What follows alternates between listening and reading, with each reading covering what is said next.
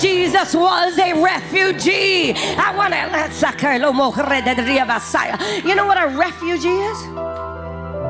You guys all have your opinions, but 90% of you are refugees.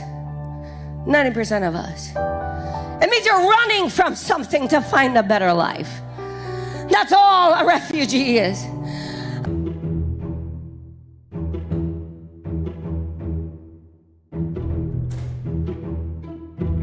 The Magnificat, the song of Mary, the mother of Jesus, is perhaps the most explicitly revolutionary text in all of Scripture. Really, what Mary's saying here is change is coming, a revolution is coming. That's why I see the spirit of Mary so alive today in young women leaders. I see it in the climate change activist, Greta Thunberg. I see it in Emma Gonzalez, the Parkland High School student who has become a gun control activist. I see the spirit of Mary alive in the Me Too and the Time's Up movements. This depiction of Mary. She's sweet, she's mild, she's meek. And then there's this picture. Mary's got her fist raised, she's got her foot on a skull and a snake, some Genesis 3 imagery there. I can tell you from personal experience that it does actually startle people. Most of us at Christmas time just want to see a pretty girl with a beautiful baby. We want sentimental, we want sweet. And yet this image is probably more representative of who Mary actually was, especially how Mary is described in Scripture. He was born a refugee, baby in the straw.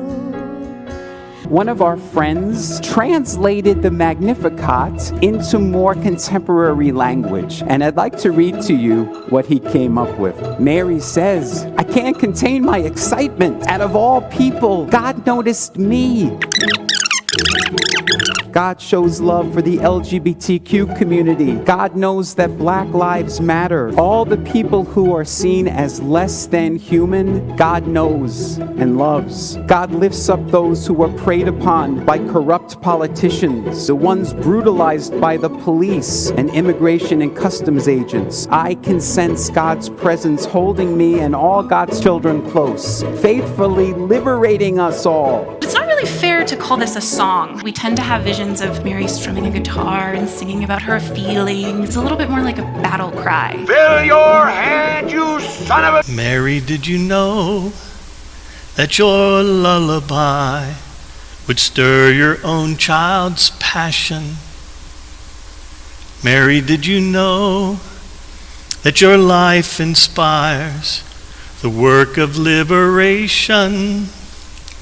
Did you know that your jubilee is hope within the heart of all who dream of justice, who yearn for it to start? There's something about Mary. Elizabeth and Mary lived in an anxious world. As Jewish women, they suffered under systems of domination like patriarchy, purity culture, and Roman imperialism. They lived at the margins of the margins. God is always calling us to do as Mary did, to say yes to becoming pregnant with the light and to give birth to that light to transform this world of darkness. All of us, regardless of our gender identity, we're all called to be mothers of God, for God's always needing to be born right here and now. When we lift up the lowly, Christ is born. When we empower women, Christ is born. When we speak truth to the powers that oppress, Christ is born. A friend posted this on social media. I love this post. I take so much delight in the silence of men in the Christmas story.